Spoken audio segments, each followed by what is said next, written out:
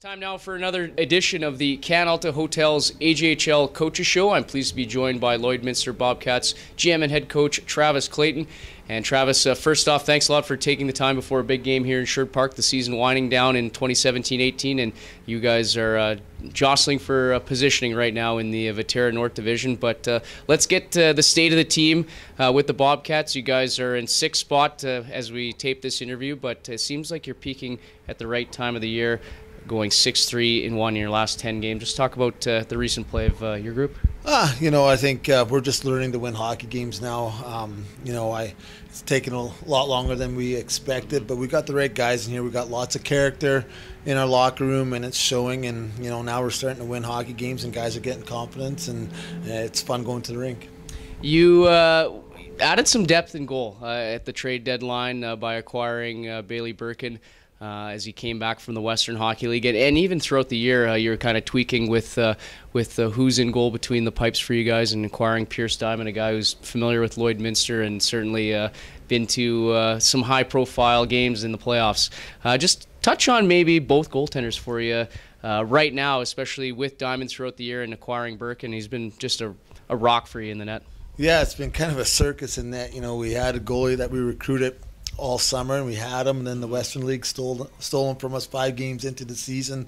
So we were in panic mode. We needed to find a number one goalie, and we traded for Pierce Diamond, who was well known in the league, and Lloyd had him before, and he had a good run with Whitecourt. So we were happy to add him, and the biggest thing is we just wanted some more depth there, and we had Nick Sanders come to our lap, and he played really well for us, and then he got called to the WHL. So we were in panic mode. We only had one goalie going into January 10th, and we were very lucky to get Bailey. He's been everything we probably more than what we expect. He's been really well for us, and he's actually pushed Pierce. Made Pierce even better. So we got a good 1-2 punch, and we really like our goalie situation, and they give us a chance to win every night. I was going to ask you, has Pierce been pushed by Bailey, the arrival of Birkin, with you guys, and kind of just answered that. So going forward, what's going to be the plan the last couple of games and into the playoffs? Obviously, I think you're going to say I'm going to go with the best guy. Is it going to be a win and stay in policy kind of thing, or what are you going to make of it? Yeah, I haven't really decided. I'm going with Bailey tonight. We'll see what happens after tonight. I think it's going to be a game by game, but both goalies can play, so that's what I like. And tonight Bailey gets a chance, and we'll go from there. We'll decide on Sunday. Well, let's move up your lineup. We'll start then going to the D, and one defenseman on your team this year has certainly seen a lot of NHL attention. There's been maybe a few more scouts in the stands, whether it be Lloydminster on the road, and that's Daniel Hilsendegger, Western Michigan commit. Just touch on why he has gotten the NHL attention this year and what makes him such a great defenseman, another great defenseman out of Lloydminster. He's a tremendous skater. And his compete level is through the roof, right? And he shows it day in, day out at practice. He's just high compete, and I know that's what the scouts really like. And his skating is really good, and he has a little bit of offensive side to him, and he has a great shot, and he's a great kid to be around. He just wants to get better and better, and I think that'll get him to the next level. And hopefully we can have him for another year, but I don't know what'll happen with that. But he's a great kid. It's been fun to be with him the last couple of years, and I just enjoy working with a kid that that competes and wants to get better every day. And he's that, and he's got so much upside, and I just wish him all the best, in his future. Well, you know what, you're used to losing guys sooner than expected. That happened with Austin McGrath in goal. He went to Cornell.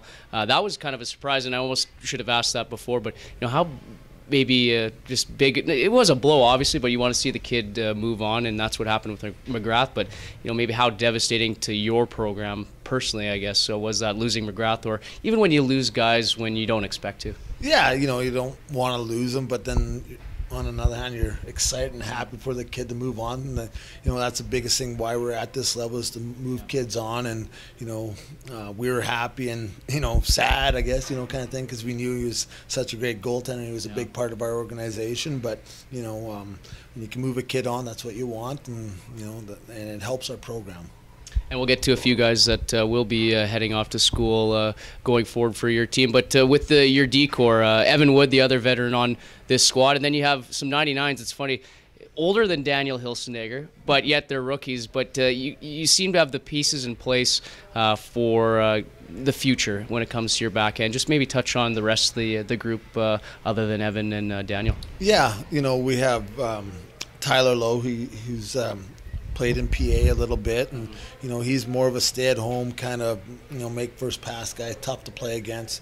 Great addition to have. And then we've got two young kids, Reed Irwin and Zach Ziegler. They're very, very skilled back there. Their skating's really well, hockey IQ. We're excited to have them. We think they'll put up big numbers here in the future.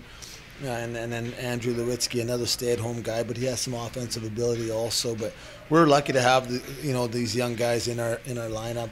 They've just progressed so much through the year, and we're excited to have them. And we think the future's very bright for these young D-men.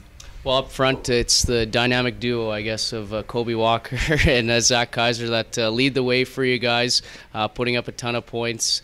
Walker going to RIT. I'm sure Kaiser probably right around the corner for signing with the NCAA school. Just touch on what those two have meant to your program specifically this year, just with the numbers they've been able to put up. Yeah, they're our go-to guys, right? And you can just see it on the score sheet. Usually you see 18 and 23 out there, but the supporting cast also helps. We got Tucker Scantlebury. We got him in about November, and he's been a great addition. He's kind of made that line just another piece to the puzzle, right? Mm-hmm. And that line's been just unbelievable night in, night out. And Kobe, I think from about November on, he's just taken off. Yeah.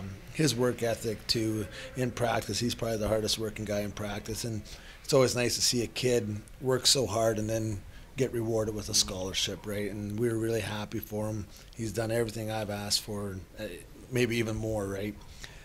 With Zach Kaiser, he's an all-around guy, maybe not as flashy as Kobe Walker, but he's a go-to guy for us. He plays in every key situation, kills penalties, he's 5-on-5, power play, everything. He's a special hockey player as well, and he, I think he'll get a scholarship very shortly, and I'm very happy with those two guys. And then with Tucker, he's just a sandpaper guy, kind of goes unnoticed, but he does a lot of good things, and he's a great team player, and we're lucky to have those three.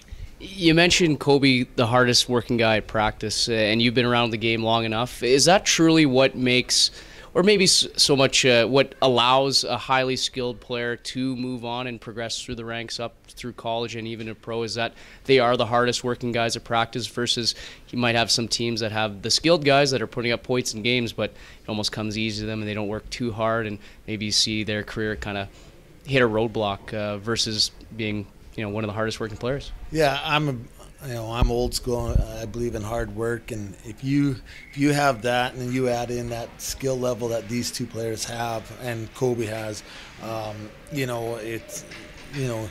got a bright future, right? Because you can always work hard every day, right? And coaches love it, and Kobe has worked hard, and that's why he's got rewarded. And it's kind of rubbed off on a lot of these other players on our team, seeing a guy work this hard and then get rewarded. So now it's kind of pushed them, and so it's kind of rubbed off, and it's been good for our organization. So the naysayers might say, okay, all you have is Kobe Walker and Zach Kaiser and Scantlebury at the top line. I guess maybe make a case to those people about the rest of your forward group and what they have to offer to your team. Yeah, like the rest of the guys are a supporting cast. Maybe they're not as skilled, but they come to work every night. They do the little things right, and they bought into the team system. And it's a great culture in that locker room, right? You got to have those kind of guys. Obviously, we'd love to have more scoring, but this is what we have, and we like it. They've chipped in here and there, and that's what we need going forward, especially here in the next 5 games. We've got to get secondary scoring, and if we do that, we'll win a few hockey games. Very interesting record with you guys because you have one of the best home records, not only in the division but in the entire league, and then unfortunately one of the worst records away from the Centennial Center. As a coach, a little bit frustrating with the record on the road, because it almost seems that I know when I had the opportunity to coach, especially at the midget AAA level, things seem better on the road because there's more structure, keep the guys in line a little bit better. But what do you make of the record this year between home and away, and maybe just touch on why Lloydminster's been such a tough barn to play in? Yeah, well, for the opposition. Well, for the opposition, you know, we have great fan support, right? You know, that's one thing that we do have in Lloyd, and I think the guys feed off that. Yeah. And you know, our special teams has been the key at home too. We've been, you know, I think we're right up there, top 10 in the PK and the power play.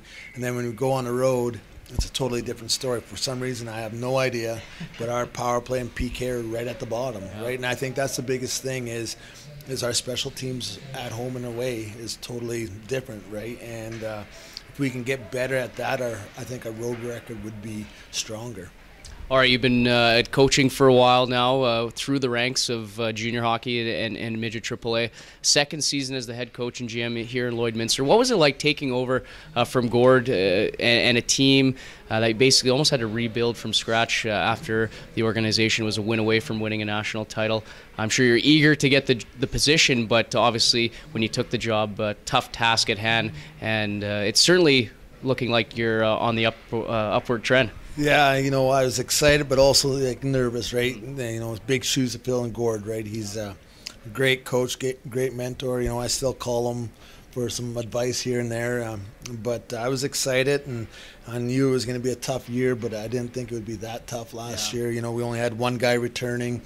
And, you know, we talk about it, the staff in the office and that. And, you know, really last year wasn't even a rebuild year. You can't even say it. It was just more like a wash, really. Like, you don't want to say that, but it really was. With one guy returning, it was hard to, you know, to compete night in, night out. And so, you know, our scouting staff and everyone did a great job recruiting this year. And, you know, we've made strides, got better. We still have a long ways to go, but we like the direction we're going in.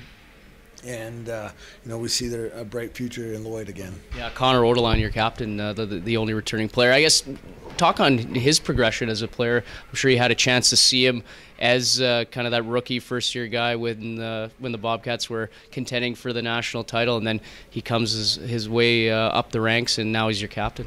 Yeah, you know, I think he was a role player on that RBC Cup, played his role very, very well.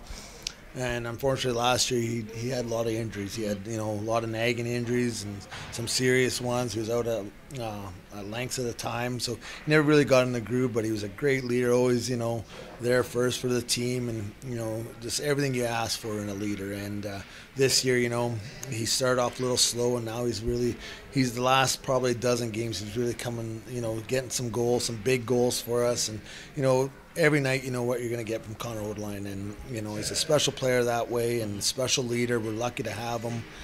He's a role model to these young kids, and they look up to him. Like, and it's funny, you see some of the young guys doing exactly what he does, you know, off the ice, and he's a great kid, and we're lucky to have him, and hopefully we can continue on his career here. All right, a few more for you, Travis. You're a former player. You're quite the star in the Saskatchewan Junior Hockey League in the mid-90s. 122 points your last year and 83 assists with the North Battleford Stars. And that's not a record. You have to would have got 40 more for the record there. But 122 points in your final year. You elect not to go to school, you go right to pro, and you carved out quite the career in the Central Hockey League with Wichita and Shreveport, I believe.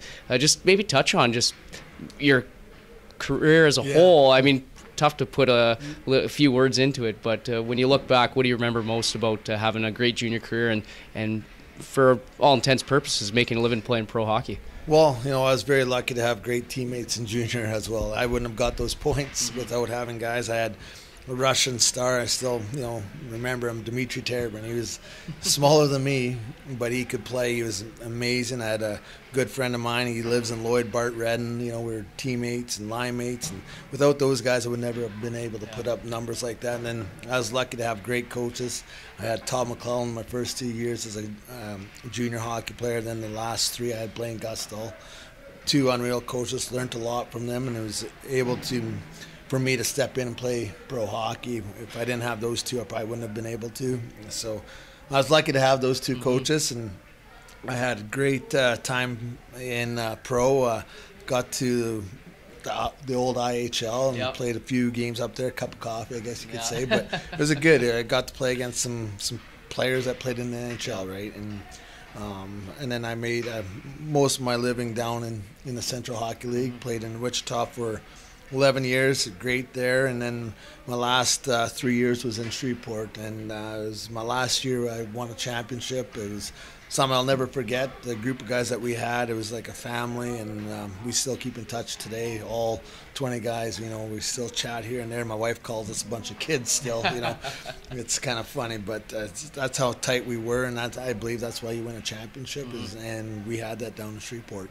Well, certainly you want to do that in Lloydminster. We'll leave with this question. How do you get to that point? What's going to be key down the stretch here for not only to finish strong and as high as you can. You want to try and maybe get that 5th spot to play Grand Prairie in the first round, but not only get a first round victory and beyond.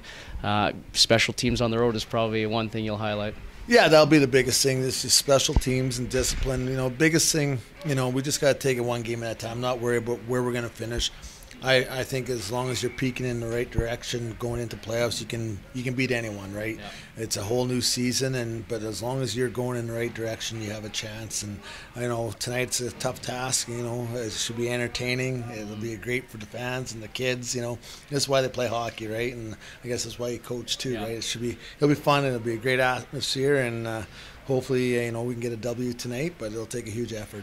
Well, the coaches have done well when they've appeared on this program here in Sherwood Park, so I don't want to jinx it. And hopefully the game's not like some of those games in the CHL back in the day as well. But you never know. But obviously hockey has changed. But Travis, thanks a lot for joining me here on the Canalta Hotels AJHL Coaches Show, and good luck the rest of the way. Thanks for having me. All right, stay tuned throughout the coming weeks. The final few weeks of the regular season, we'll have a few more Canalta Hotels AJHL Coaches Show on the league's YouTube page.